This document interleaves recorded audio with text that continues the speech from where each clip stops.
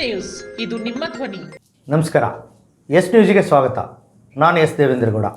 ಇಂದಿನ ಮುಖ್ಯಾಂಶಗಳು. ಎಂಎಲ್ಸಿಯಾಗಿ ಮೊದಲ ಬಾರಿಗೆ ಸಿಂಧನೂರಿಗೆ ಬಸನಗೌಡ ಬಾದರ್ಲಿ ಆಗಮನ, ಭವ್ಯ ಸ್ವಾಗತ ಕೋರಿದ ಅಭಿಮಾನಿಗಳು. ಕ್ರಸ್ಟ್ ಗೇಟ್ ಕಳಪೆ ನಿರ್ವಹಣೆ ಕ್ರಮಕ್ಕೆ ಕೆಪಿಆರ್ಎಸ್ ಎಐಕೆಎಸ್ ಆಗ್ರಹ. ಜನಪ್ರತಿನಿಧಿಗಳ ನಿರ್ಲಕ್ಷ್ಯವೇ ತುಂಗಭದ್ರಾ ಕ್ರಸ್ಟ್ ಗೇಟ್ ಕಿತ್ತಲು ಕಾರಣ, ಡಿಎಚ್ ಪೂಜಾರಿ ಆರೋಪ. ರಾಷ್ಟ್ರ ಪ್ರೇಮಿಗಳ ದೇಶಭಕ್ತರ ಜಾಗೃತಿ ಮೂಡಿಸಲು ಆಗಸ್ಟ್ 15ಕ್ಕೆ ಸಂಗೊಳ್ಳಿ ರಾಯಣ್ಣ ಜಯಂತಿ ಆಚರಣೆ. ತುಂಗಭದ್ರಾ ಡ್ಯಾಮ್ ವ್ಯಾಪ್ತಿಯ ರೈತರಿಗೆ ವಿಶೇಷ ಪ್ಯಾಕೇಜ್ ಘೋಷಿಸಿ ಬಸವರಾಜ್ ಗೋಡಿಹಾಳ್. ವಾರ್ತೆಗಳ ವಿವರ. ವಿಧಾನ ಪರಿಷತ್ ಶಾಸಕರಾಗಿ ಪ್ರಪ್ರಥಮ ಬಾರಿಗೆ ಸಿಂಧನೂರು ನಗರಕ್ಕೆ ಆಗಮಿಸುತ್ತಿರುವ ಬಸನಗೌಡ ಬಾದರ್ಲಿ ಅವರಿಗೆ ಅವರ ಅಭಿಮಾನಿಗಳ ಬಳಗ ಅದ್ದೂರಿ ಸ್ವಾಗತಕ್ಕಾಗಿ ನಗರದಲ್ಲಿ ಕೇಸರಿ, ಬಿಳಿ, ಹಸಿರು ಬಾವುಟ, ಬ್ಯಾನರ್, ಫ್ಲೆಕ್ಸ್ಗಳಿಂದ ಅಲಂಕಾರಗೊಳಿಸಿ ತೆರೆದ ವಾಹನದೊಂದಿಗೆ ಅದ್ದೂರಿ ಮೆರವಣಿಗೆ ಮೂಲಕ ಕಾರ್ಯಕರ್ತರು, ಅಭಿಮಾನಿಗಳು ಸಂಭ್ರಮ ಸಡಗರದಿಂದ ಸ್ವಾಗತಿಸಿದರು. ಹೆಲಿಕಾಪ್ಟರ್ ಮೂಲಕ ನಗರದ ಸರ್ಕಾರಿ ಜೂನಿಯರ್ ಕಾಲೇಜಿನ ಆವರಣದಲ್ಲಿ ಬಂದಿಳಿದ ನೂತನ ಎಂಎಲ್ಸಿ ಬಸನಗೌಡ ಬಾದರ್ಲಿ ಅವರನ್ನು ಕಾಂಗ್ರೆಸ್ ಮುಖಂಡರು, ಕಾರ್ಯಕರ್ತರು, ಅಭಿಮಾನಿಗಳು ಹೂವು ಹಾರ ಹಾಕಿ ಜೈಕಾರ ಹಾಕುವ ಮೂಲಕ ಭವ್ಯ ಸ್ವಾಗತ ಕೋರಿ ಡಾಕ್ಟರ್ BR ಅಂಬೇಡ್ಕರ್ ಅವರ ಮೂರ್ತಿಗೆ ಮಾಲಾರ್ಪಣೆ ಮಾಡಿ ನಂತರ ತೆರೆದ ವಾಹನದಲ್ಲಿ ಮೆರವಣಿಗೆ ಸಾಗಿತು. ನಗರದ ಕಿತ್ತೂರು ರಾಣಿ ಚೆನ್ನಮ್ಮ ವೃತ್ತದಲ್ಲಿ ಕೊಂಚ ಹೊತ್ತು ಮೆರವಣಿಗೆ ಸ್ಟಾಪ್ ಆಗಿ ಭರ್ಜರಿ ಘೋಷಣೆಗಳು ಮೊಳಗಿದವು. ಯಾಕೆ ಎನ್ನುವುದು ಎಲ್ಲರೂ ಬಲ್ಲರು. ಅಷ್ಟು ಹೊತ್ತಿಗೆ ನೂರಾರು ವಾಹನಗಳು ಜಾಮ್ ಆಗಿ ಪ್ರಯಾಣಿಕರ ಗೊಣಗಾಟ ಕೇಳಿಬಂತು. ನಂತರ ಕನಕದಾಸ ವೃತ್ತ, ವಾಲ್ಮೀಕಿ ವೃತ್ತ, ಮಹಾತ್ಮ ಗಾಂಧಿ ವೃತ್ತ, ಬಸವೇಶ್ವರ ವೃತ್ತ, ಜಗಜೀವನ್ ರಾಮ ವೃತ್ತದ ಮೂಲಕ ತಮ್ಮ ಜನಸ್ಪಂದನ ಕಾರ್ಯಾಲಯಕ್ಕೆ ಅದ್ಧೂರಿ ಮೆರವಣಿಗೆ ಬಂದು ತಲುಪಿತು. ಕಳೆದ ಸಲ ಆದ ಅವಘಡ ಅರಿತ ಸಂಘಟಕರು ಈ ಬಾರಿ ಮೆರವಣಿಗೆಯಲ್ಲಿ ಜಾಗೃತ ವಹಿಸಿದಂತೆ ಕಂಡಿತು. ಮೆರವಣಿಗೆ ಮುಂದೆ ಸಾಗುತ್ತಿದ್ದಂತೆ ಹಿಂದುಗಡಿಯ ರಸ್ತೆಯ ಪಕ್ಕದಲ್ಲಿ ಹಾಕಿರುವ ಪಕ್ಷದ ಧ್ವಜ ಕಂಬ ಹಾಗೂ ಗೋಲಾಕಾರದ ಕಟ್ಔಟ್ಗಳನ್ನು ತೆಗೆಯುತ್ತಾ ಲಾರಿ ಸಾಗಿತ್ತು. ಒಟ್ಟಾರೆ ಸಿಂಧನೂರು ಜನತೆ ಈ ಬಾರಿ ಎಲ್ಲ ರಾಜಕೀಯ ನಾಯಕರಿಂದ ಕಲರ್ಫುಲ್ ಕಾರ್ಯಕ್ರಮ ಮತ್ತು ಹೋರಾಟವನ್ನು ಕಾಣುತ್ತಾ ಸರಿ ತಪ್ಪುಗಳ ಬಗ್ಗೆ ಒಳಗೆ ತೀರ್ಮಾನಿಸುತ್ತಿದ್ದಾರೆ. ಈ ಸಂದರ್ಭದಲ್ಲಿ ಕಾಂಗ್ರೆಸ್ ಹಿರಿಯ ಮುಖಂಡ ನಲ್ಲ ವೆಂಕಟೇಶ್ವರ ರಾವ್, ಗ್ರಾಮೀಣ ಬ್ಲಾಕ್ ಅಧ್ಯಕ್ಷ ಶಿವಕುಮಾರ್ ಜವಳಿ, ಎಸ್ಟಿ ಅಧ್ಯಕ್ಷ ವೆಂಕಟೇಶ್ ರಾಗಲ್ಪರ್ವಿ, ಕಾಜಾ ಸಾಬ್ ರೌಡ್ಕುಂದ, ವೆಂಕಟೇಶ್ ಗಿಣಿವಾರ್, ರವಿಗೌಡ ಮಲ್ಲದಗುಡ್ಡ, ಅಮರೇಶ್ ಗಿರಿಜಾಲೆ, ಹನುಮೇಶ್ ತಿಡಿಗೋಳ್, ಕಾಜಿ ಸಾಬ್ ಸೇರಿದಂತೆ ಸಾವಿರಾರು ಕಾರ್ಯಕರ್ತರು, ಅಭಿಮಾನಿಗಳು ಇದ್ದರು.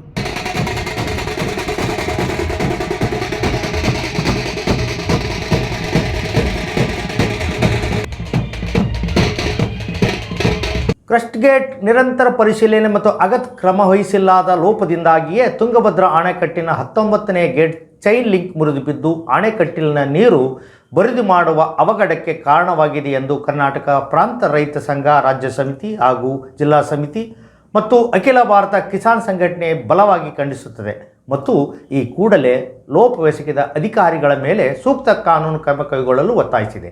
ಕಳೆದ 2019ರಲ್ಲಿ ಇದೇ ಅಣೆಕಟ್ಟೆಯ ಎಡದಂಡೆಯ ಮೇಲ್ಮಟ್ಟದ ಕಾಲುವೆಯ ಬಳಿ ಗೇಟ್ ಮುರಿದು ಸಣ್ಣ ಪ್ರಮಾಣದ ಅವಘಡ ಉಂಟಾಗಿ ಅಪಾರ ಪ್ರಮಾಣದ ನೀರು ಪೋಲಾದ ಅನುಭವ ಆಡಳಿತ ಮಂಡಳಿ ಹಾಗೂ ಅಧಿಕಾರಿಗಳಲ್ಲಿದ್ದರೂ ಕೂಡ ಸೂಕ್ತ ನಿರ್ವಹಣೆಯ ಲೋಪ ಮರಳಿ ಉಂಟಾಗಿರುವುದು ಅವರುಗಳ ಬೇಜವಾಬ್ದಾರಿ ನಡೆಯಾಗಿದೆ.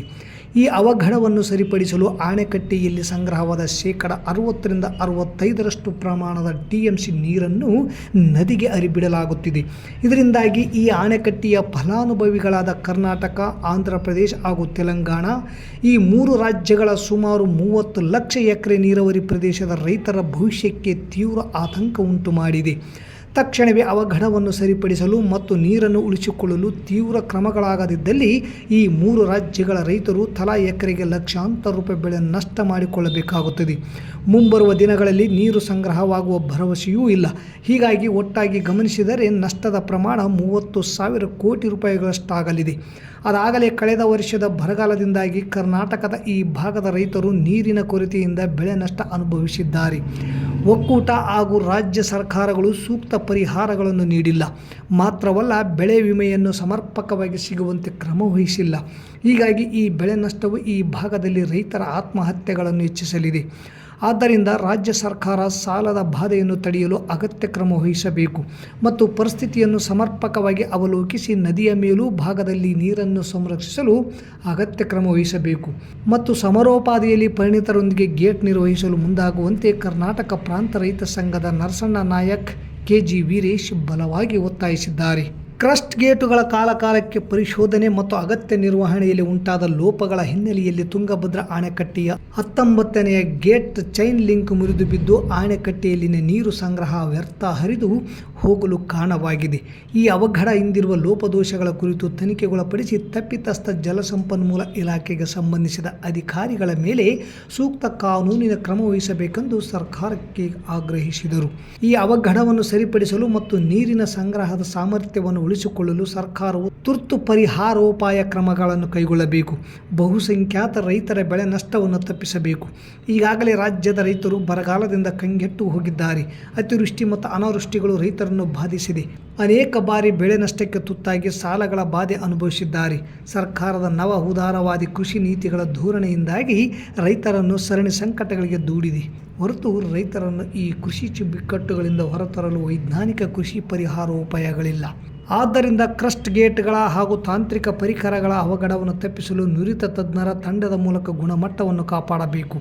ರೈತರ ಹಿತಾಸಕ್ತಿ ಮತ್ತು ಕುಡಿಯುವ ನೀರಿನ ಅವಲಂಬಿತ ಸಮಸ್ತ ಜನರ ಹಿತಾಸಕ್ತಿ ರಕ್ಷಿಸಬೇಕೆಂದು ಸರ್ಕಾರಕ್ಕೆ ಒತ್ತಾಯಿಸಲು ಎಲ್ಲ ರೈತಪರ ಜನಪರ ಶಕ್ತಿಗಳು ಧ್ವನಿ ಮೊಳಗಿಸಬೇಕೆಂದು ಅಖಿಲ ಭಾರತ ಕಿಸಾನ್ ಸಂಘಟನೆಯ ರಾಜ್ಯ ಸಂಘಟಕರಾದ ಬಸವಲಿಂಗಪ್ಪ, ರಾಜ್ಯ ಸಮಿತಿ ಸದಸ್ಯ ಕೆ.ವಿ. ರಾಮಚಂದ್ರ, ಜಿಲ್ಲಾ ಸಂಘಟಕ ವಿ. ಮುದುಕಪ್ಪ ನಾಯಕ್ ವಿನಮ್ರವಾಗಿ ಮನವಿ ಮಾಡಿದ್ದಾರೆ. ಜನಪ್ರತಿನಿಧಿಗಳ ಹಾಗೂ ಅಧಿಕಾರಿಗಳ ದಿವ್ಯ ನಿರ್ಲಕ್ಷ್ಯದಿಂದ ತುಂಗಭದ್ರಾ ಅಣೆಕಟ್ಟಿನ 19ನೇ ಗೇಟ್ ಚೈನ್ ಲಿಂಕ್ ಮುರಿದು ಬಿದ್ದಿದೆ. ರೈತರ ಬದುಕಿಗೆ ಬೆಂಕಿ ಹಚ್ಚುವ ಕೆಲಸ ಅಧಿಕಾರಿಗಳು ಮಾಡಿದ್ದಾರೆ. ಇದನ್ನು ಗಂಭೀರವಾಗಿ ಪರಿಗಣಿಸಿ ಸರ್ಕಾರ ಕೂಡಲೇ ಅವರನ್ನು ಅಮಾನತು ಮಾಡಬೇಕೆಂದು ಸಿಪಿಐಎಂಎಲ್ ರಾಜ್ಯ ಕಾರ್ಯದರ್ಶಿ ಡಿ.ಎಚ್. ಪೂಜಾರ್ ಒತ್ತಾಯಿಸಿದ್ದಾರೆ. ನಗರದ ಪತ್ರಿಕಾ ಭವನದಲ್ಲಿ ಪತ್ರಿಕಾಗೋಷ್ಠಿಯನ್ನುದ್ದೇಶಿಸಿ ಮಾತನಾಡಿದ ಅವರು, ಬರಗಾಲದಿಂದ ನಿರಂತರ ತತ್ತರಿಸಿದ್ದ ಜನತೆಗೆ ಅಣೆಕಟ್ಟು ತುಂಬಿದ ಖುಷಿಯಲ್ಲಿರುವಾಗಲೇ ಕ್ರಸ್ಟ್ ಗೇಟ್ ಕಟ್ಟಾಗಿರುವುದರ ಪರಿಣಾಮ ಸಂಗ್ರಹಿತ ನೀರು ಹೊರ ಹೋದರೆ ಮುಂದೆ ಕೃಷಿಗೆ ತೊಂದರೆಯಾಗುವ ಆತಂಕ ಎದುರಾಗಿದೆ. ಈ ಡ್ಯಾಮ್ನಿಂದ ರಾಯಚೂರು, ಕೊಪ್ಪಳ, ವಿಜಯನಗರ, ಬಳ್ಳಾರಿ ಮತ್ತು ಆಂಧ್ರ ಪ್ರದೇಶ, ತೆಲಂಗಾಣದ 12 ಲಕ್ಷ ಎಕರೆ ಪ್ರದೇಶದಲ್ಲಿ ವಿವಿಧ ಬೆಳೆಗಳನ್ನು ಬೆಳೆಯಲಾಗುತ್ತಿತ್ತು.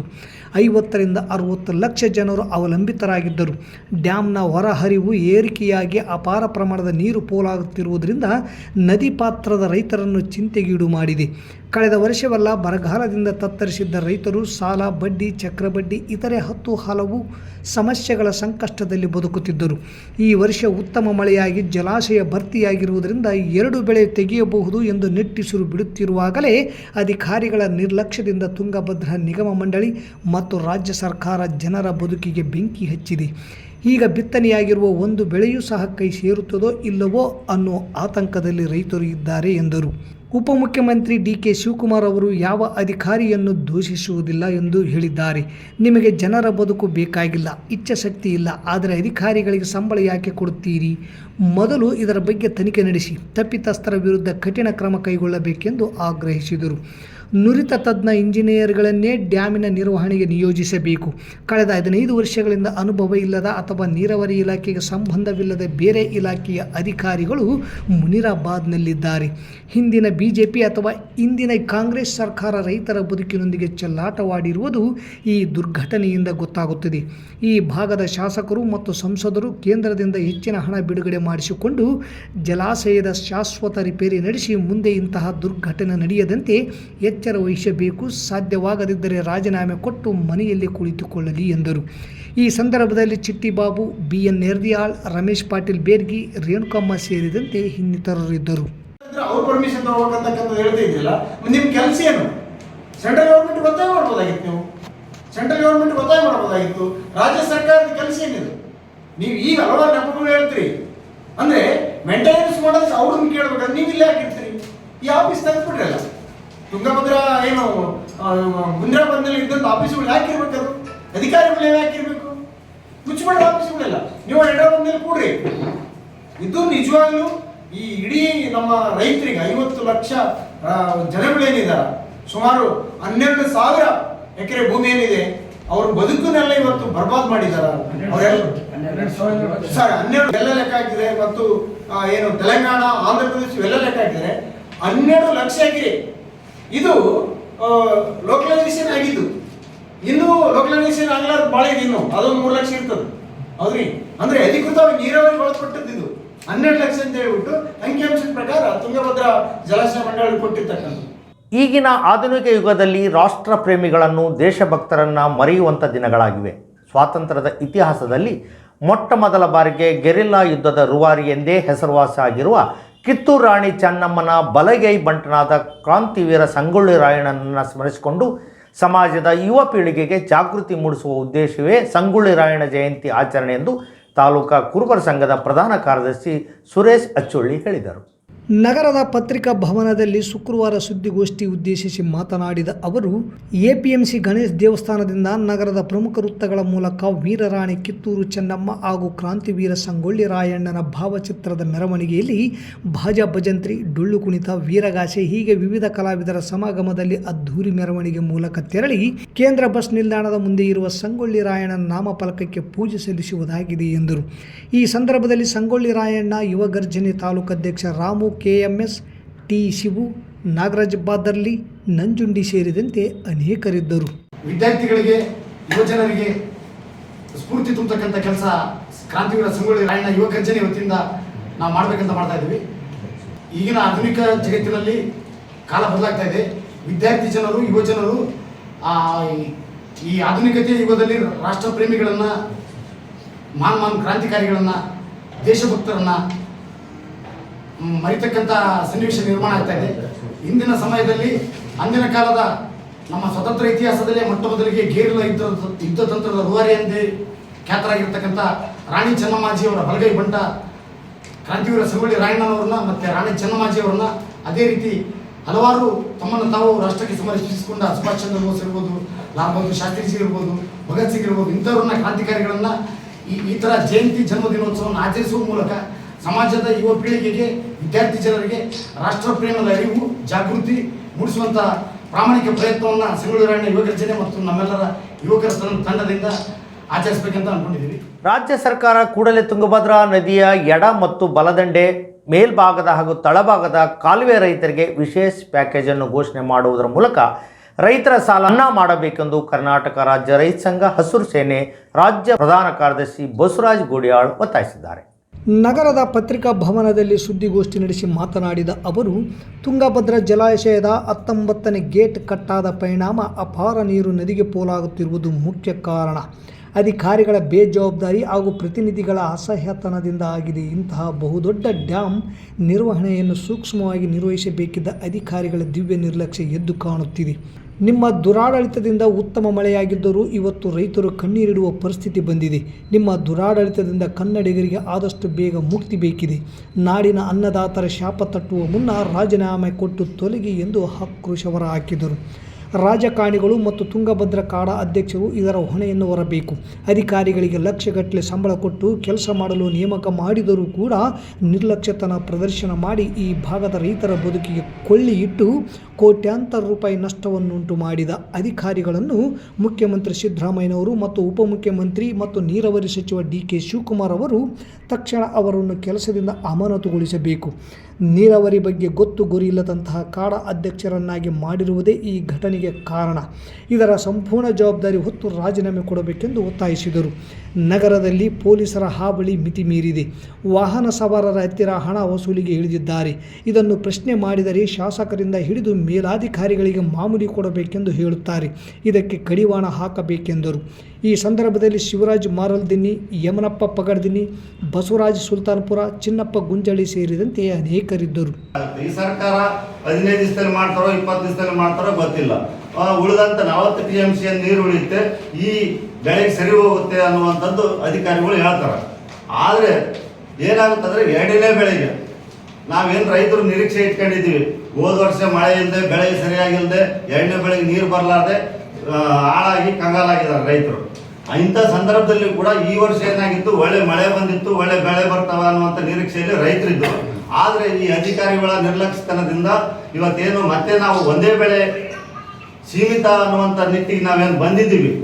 ಏನಾದರೂ ನಮ್ಮ ಅದೃಷ್ಟಕ್ಕೆ ಮುಂದಿನ ತಿಂಗಳಿಗೆ ಮಳೆ ಆಗಿ ಮತ್ತೆ ಡ್ಯಾಮ್ ಏನಾದರೂ ತುಂಬಿತು ಅಂತಂದರೆ 2ನೇ ಬೆಳೆಗೆ ಬರ್ತಾವೆ ನೀರು. ಇಲ್ಲ ಅಂತಂದರೆ ಈ ಸರ್ಕಾರ ಏನು ಮಾಡಬೇಕಂತಂದರೆ ಈ ಇದು ತುಂಗಭದ್ರಾ ನದಿ ಪ್ರಾಂತ್ಯದ ಏನು ಎಡದಂಡೆ ಬಲದಂಡೆ ಕೆಳಭಾಗ ಮೇಲ್ಭಾಗದ ಕೆನಾಲಿಗೆ ಏನು ರೈತರಿದ್ದಾರೆ, ಆ ರೈತರಿಗೆ ವಿಶೇಷವಾದಂಥ ಪ್ಯಾಕೇಜ್ ನಿರ್ಮಾಣ ಮಾಡಬೇಕು. ಮತ್ತೊಮ್ಮೆ ಮುಖ್ಯಾಂಶಗಳು. ಎಂಎಲ್ಸಿಯಾಗಿ ಮೊದಲ ಬಾರಿಗೆ ಸಿಂಧನೂರಿಗೆ ಬಸನಗೌಡ ಬಾದರ್ಲಿ ಆಗಮನ, ಭವ್ಯ ಸ್ವಾಗತ ಕೋರಿದ ಅಭಿಮಾನಿಗಳು. ಕ್ರಸ್ಟ್ ಗೇಟ್ ಕಳಪೆ ನಿರ್ವಹಣೆ ಕ್ರಮಕ್ಕೆ ಕೆಪಿಆರ್ಎಸ್ ಎಐಕೆಎಸ್ ಆಗ್ರಹ. ಜನಪ್ರತಿನಿಧಿಗಳ ನಿರ್ಲಕ್ಷ್ಯವೇ ತುಂಗಭದ್ರಾ ಕ್ರಸ್ಟ್ ಗೇಟ್ ಕಿತ್ತಲು ಕಾರಣ, ಡಿಎಚ್ ಪೂಜಾರಿ ಆರೋಪ. ರಾಷ್ಟ್ರ ಪ್ರೇಮಿಗಳ ದೇಶಭಕ್ತರ ಜಾಗೃತಿ ಮೂಡಿಸಲು ಆಗಸ್ಟ್ 15ಕ್ಕೆ ಸಂಗೊಳ್ಳಿ ರಾಯಣ್ಣ ಜಯಂತಿ ಆಚರಣೆ. ತುಂಗಭದ್ರಾ ಡ್ಯಾಮ್ ವ್ಯಾಪ್ತಿಯ ರೈತರಿಗೆ ವಿಶೇಷ ಪ್ಯಾಕೇಜ್ ಘೋಷಿಸಿ ಬಸವರಾಜ್ ಗೋಡಿಹಾಳ್. ಇಲ್ಲಿಗೆ ವಾರ್ತಾ ಪ್ರಸಾರ ಮುಕ್ತಾಯವಾಯಿತು. ನಿರಂತರ ಸುದ್ದಿಗಾಗಿ ವೀಕ್ಷಿಸಿ ಎಸ್ ನ್ಯೂಸ್. ಇದು ನಿಮ್ಮ ಧ್ವನಿ. ನಮಸ್ಕಾರ.